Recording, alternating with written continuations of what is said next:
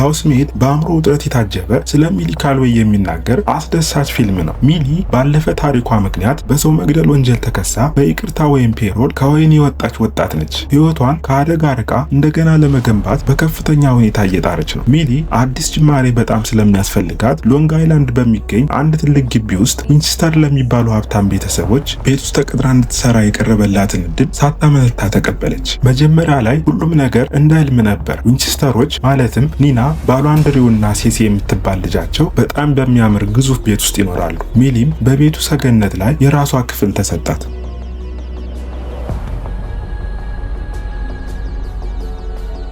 ነገር ግን ወዲያውኑ የሆነ ነገር ትክክል እንዳልሆነ ተሰማት። የቀጠረቻት ኒና ባህሪዋ ፈጽሞ አይገመትም። አንዳንዴ በጣም ደግ፣ አንዳንዴ ደግሞ ቀዝቃዛና ተለዋዋጭ ትሆናለች። የምትሰጣት መመሪያዎች እርስ በርሳቸው የሚጋጩ በመሆናቸው ሚሊን ግራ ያጋቧታል። አንድ ቀን ሚሊ የግቢውን ሰራተኛ ኤንዞን አገኘችው። ኤንዞ እዚህ ቤት ውስጥ እንደማትመጥንና ጥንቃቄ እንድታደርግ በግልጽ ነገራት። ይህ ንግግር እንዲሁም በቤት ውስጥ ያሉት የተቆለፉ ክፍሎችና እንግዳ ህጎች ሚሊን ይበልጥ እንድትጠረጥር አደረጓት። ሚሊ ስራዋን እየቀጠለች ስትሄድ ስለ ኒና ያለፈ ታሪክ አስደንጋጭ ነገሮችን ሰማች። ጎረቤቶች እንደሚሉት ከሆነ ኒና ከዓመታት በፊት ልጇን ለማጥፋት በመሞከሯና ራሷንም ለመግደል በመነሳቷ በአእምሮ ሕክምና ማዕከል ቆይታ ነበር። ሚሊ እነዚህን ነገሮች ችላ ብላ ስራዋን ለመስራት ትሞክራለች።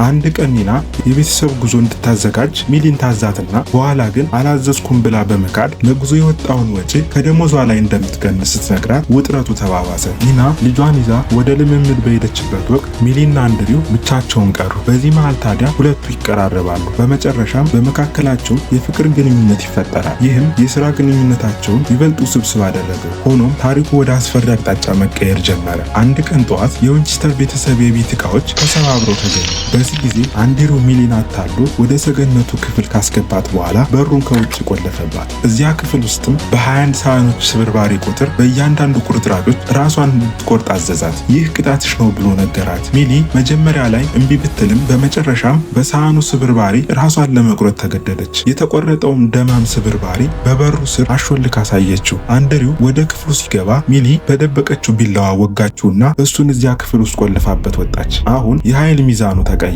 ሚሊ ለማምለጥ ስትሞክር ኒና ተመለሰች። ኒና ሚሊን በሩን ከፍታ ስታስወጣት አንድሪውም አብሮ አመለጠ።